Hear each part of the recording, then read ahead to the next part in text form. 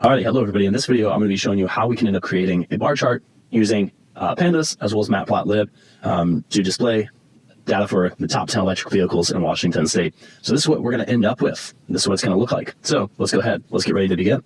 What we want to do first is create a Python file that's called bellringer17.py. You also should end up having the electrical vehicle population data. This is just from data.gov. You go to data.gov, search electric vehicle population data. It's going to be presented from the state of Washington. Is where you can end up finding that data. And we want to put that in the same folder as our Bellringer17. So I actually have this as a folder called Bellringer17, and then I got br17.py. What we want to do now is I want to import pandas as PD. And then what I also want to end up doing is import matplotlib.pyplot and then as PLT. Now, one of the things that I want to mention, if you're on a MacBook, you might end up running into the same error that I had. It kept on telling me that these modules were not found. If you end up running into that issue where it's telling you the modules aren't found, what you want to do is open up a new terminal. And then if you're on a Mac, you want to put pip3. If you're on a Windows computer, just keep pip on there. But then what you want to do is pip3 install first and then put in pandas. And then you can also, after that, after you press enter, put in matplotlib. Now, let's say that it ends up telling you that it already is satisfied that requirement. You could put uninstall matplotlib and then run it again with install and then do the same thing for pandas. I actually ended up having to do it for all of these guys right here for the matplotlib because I kept on running into that issue. And so these are all the key dependencies of matplotlib as well as matplotlib itself. So that's just if you run into the issue on the MacBook. I know we got a couple of people on a MacBook in the class. But anyways, if you're on a Windows computer, probably does not apply to you at all, so just skip that. But what we want to do next is we want to actually create the data frame. And so we can do data frame df equals pd dot, and then we can use the read CSV because we are dealing with a CSV file here. Now what I want to do is I want to right click this and then click copy relative path. Now this should be the case that it's in this folder with us. If it is, then it's the case where we have it's just going to be the file name and then the file extension there. Now, if it is not in your folder, it's going to show something else. Let's say that you run this, you end up getting an issue. What we can also always do is you can go over here, you can right click this and then do copy path. Now, what you have to do first is put an R on there and then you can paste in the absolute path. So that's going to start from the very beginning there. And it's going to, this is the absolute path of that file. So you definitely should not run into any issues if you do that. However, because I know that this is in my folder here, I'm going to just use the relative path. So let's go ahead and put that guy in. Excellent. Now let's go ahead and move on to the next step. So now what I want to do is I want to count how many times each vehicle make appears in the data. And so, in the eText activity, as well as in the examples that we did so far with pandas, we ended up going through, and although we did end up getting the actual column data, right? For instance, in here, we would want to end up getting all of the data for the makes, right?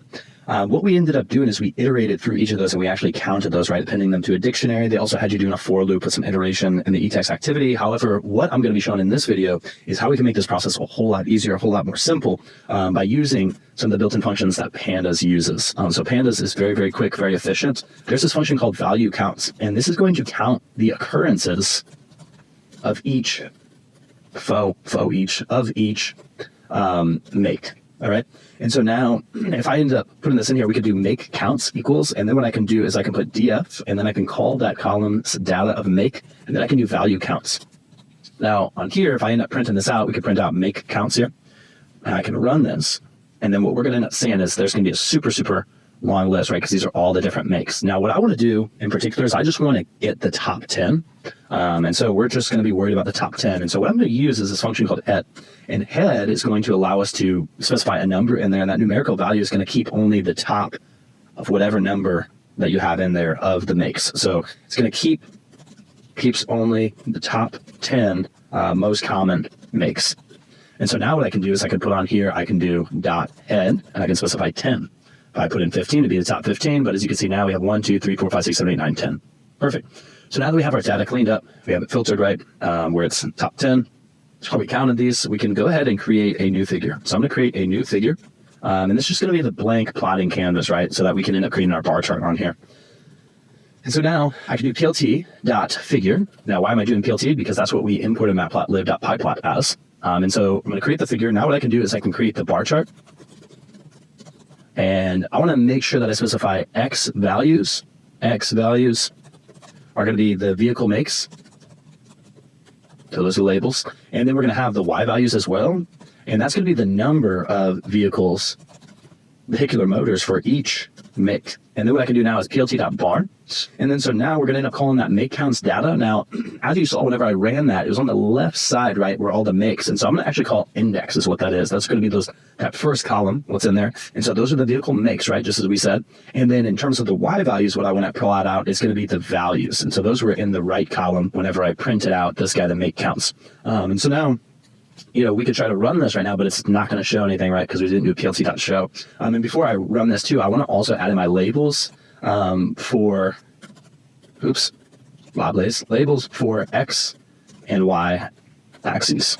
So we're going to go ahead and do that too. So I'm going to do a plt.x label. And what we want to end up putting here on the X label is going to be vehicular motor make. And then plt.y label, we're going to put in the number of vehicles. And then what I also want to do is add in a title for the chart. So now I can do plt.title, and then this is going to end up being top 10 EV makes in Washington State. That's what we've got here. What I also want to do is I want to also rotate the x-axis labels so that they don't overlap. So we can go ahead and do that. Now remember, HA equals right. That's going to align the labels to the right for readability. So it makes it look a whole lot better, just as we showed in class with our gradebook example. So we can go rotation for the X ticks. I'm going to set that to be 45, and then I'm going to go HA, horizontal alignment. We can end up putting that in as right. And then what I want to do also is the type layout. So I want to automatically auto-adjust spacing, so labels and title fit nicely. And how we end up doing that, you'll remember we did the tight layout, and you can end up, after you run this, right, you can end up seeing if you comment out line 34 here where I have the tight layout, you'll see that it does look a whole lot worse without the tight layout. And so I always like to use that. And then now what we've got to do is we've got to actually tell PLT to actually show. So this will display the bar chart. Remember, this is the most common mistake students make. It's just like in Decanter, how you have to do .pack or you have to do .grid. If you don't do those, it'll never show up. And so now that I have plt.show on there, now it'll end up showing the bar chart. So if I run this guy, we can end up seeing all of our data. So it shows up here on the graph, and then we've also got it where it prints out in the terminal too. What you can also end up doing is if you want to save this data, we could do top 10 EV makes, Washington State, and then it'll save it to a particular directory. Wherever you specify it, you can hit save, and I believe it saves as a PNG. But anyways, in this video, we just showed you how we can create a bar chart of the top 10 EV makes in Washington State using this data from data.gov. Remember, this is a CSV file because there's comma-separated values. And we also ended up mentioning how Pandas can make our life a whole lot easier and save us from having to use iteration because we can use a function called value counts here that's going to count all the values for us in that data frame.